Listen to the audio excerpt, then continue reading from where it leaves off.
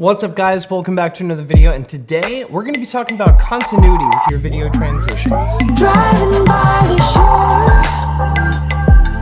listening to a broken radio. Skyline neon lights are waking up the rangers of the night. Designated life, feel the cold wind on my face. It's all around. So one of the things that all of us are actually trying to do better is just make better videos, whether it's for you on your YouTube channel or maybe for like a client or just like even a friend. When you're doing this and you're just trying to actually like expand and make better work for yourself and for your portfolio, it's really important to actually be able to have the talent and the skills to be able to make something really fun. And transitions are a really great and awesome way to be able to do this. You know, it's something that like a client would look at, great, kicking the camera, good job.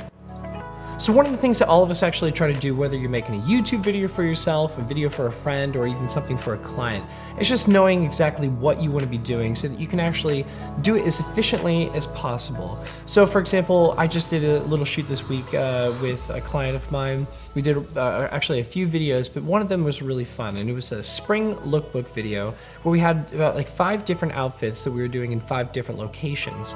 And in order to kind of tie them all together, we mindfully chose to have like these very interesting transitional aspects into each one of the videos so that everything would look as seamless as possible. Now, one of the reasons why this worked so easily and so well for me was because the client and I, we actually sat down. I made it a point to actually like understand exactly what her vision was, just as much as I wanted her to understand what mine was, so that there was no kind of like confusion, like everything could go as smoothly as possible. You know, and while we were doing this, I knew in advance that if I do this shot where I whip across something, or if I pass like a tree, or something to kind of act as like a transitional barrier to open up and reveal a new scene, I knew that I would actually have that all set and locked down so that there would be no question whenever it came in the post-production aspect, and I could just cut those together, and it works so well. So when I'm talking about this, it's really a common sense thing. It's one of those things where like everybody's gonna be looking at this and be like, yeah, I know Hicks, like that's nothing new. We wanna make sure that everything looks okay, and it's, you know, it's gonna make sense. But I can't really say this enough that like you really don't see this happen as often as you think it would. You know, when you're actually putting 2 scenes together, they might look or feel okay and stuff, but not often are they actually going to be like syncing up and matching the way that I think that people intended them to. So for example, something I see a lot of happening is when someone's gonna be like walking from one place to another, and they'll do the exact same shot a couple different times. And when they cut it, they might be leading with their left foot, but all of a sudden when they're cutting into the next scene, they're actually landing on their right foot. You know, and in the moment, like maybe that felt like a really good choice because it just looked like a better scene than when it did with their left foot position and composition, whatever, it doesn't matter. The point is, you know, it's little things like that that we might not necessarily see and just be like, that was bad, but you feel it. You definitely recognize when something doesn't actually match, doesn't make sense. You know, and I think that that's one of those things where we should be all mindful and a little more deliberate when it comes to our shooting. So I just wanted to share a couple examples of what I'm talking about with videos that I shot. So this one right here was really cool because it was really simple. It kind of started off with, you know, her walking, and it's a really pretty shot of like the shoes. It really showcases then the way that I graded it and everything like that, where the color is just popping and it draws your eyes right to the feet.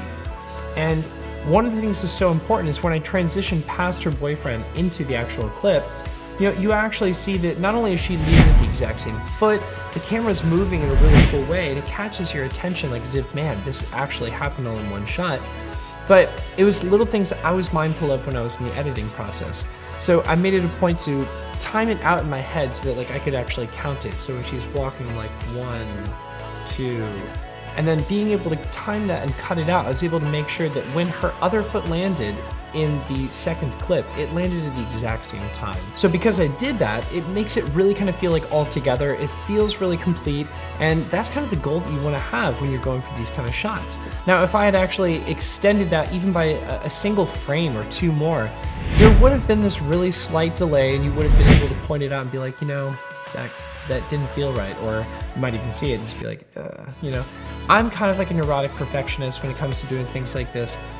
And I mean, it's just kind of down to like the simple fact that you really just want to take a little bit of extra time, because when you're creating something for yourself, it really is going to make such a difference when you look back at it a year from now. Because I look back at videos I did 6 months ago and I just kind of cringe because I didn't actually have that attention to detail that I do now. Another example is over here when we were at the Brooklyn Botanical Gardens, and it was a really simple scene, but it was one of my favorites in the entire shoot because I basically had Wendy run toward me, and when she had her dress, she threw it up and I had her smack it right into the lens of the camera.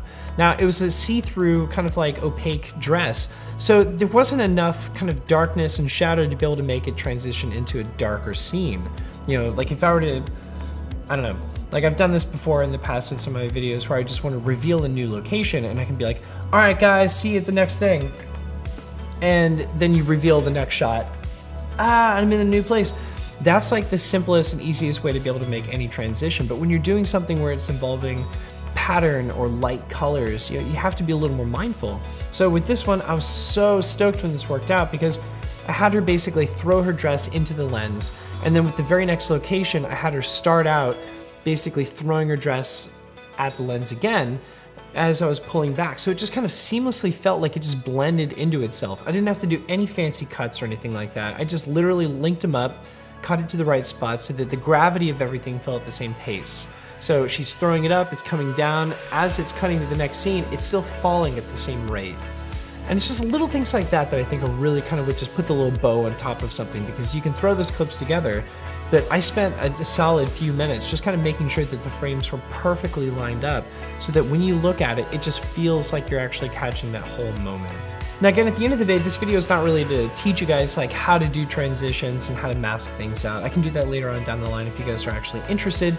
But there are a ton of videos out there that are already doing that, but I'm not really seeing enough people just simply talking about taking the time to be mindful, deliberate, and just focus on the continuity of what you're going to be doing. All right, guys, and that's basically it for this video. I just wanted to do something really simple and fun, but something that I was a little excited about. Now, this week has actually been super busy. I had some other ideas to do some different videos, but I didn't really have time. I was doing a lot of videos for my clients. I was hanging out with my buddy Chris. He was dropping into town, and it's also just a lot of different other things with my work. So I just wanted to kind of put this one together pretty quickly for you guys, but just something I actually think is worth talking about, because I don't see enough videos out there with people actually explaining this really simple but essential aspect of how you can actually make your editing life a little easier and make your videos better. It's just planning it out and having a little bit of continuity with what you're going to be doing.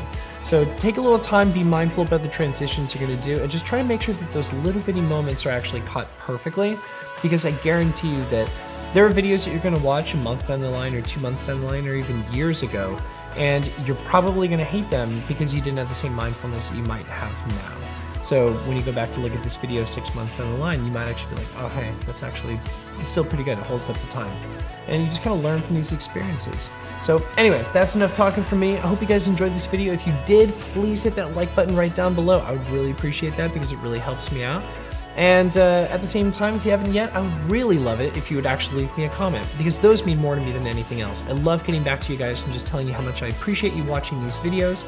And especially if you have any questions or if there are any videos that you want me to actually make down the line, please let me know, because I'm always looking for something fun to be able to create this specifically set for you guys. I have a couple new videos that are going to be coming out shortly once I actually have time to actually make them that were requested by you guys. So I think it's gonna be a whole lot of fun. I'm trying to do something a little different with these and just be a lot more creative and have a lot more fun with them. And I think that it's just gonna be awesome when I actually get them nailed out. So, until then, hopefully you guys stay tuned. I'll have a new video next week, and you know the drill. I'm Bobby Hicks, and I'm this fella.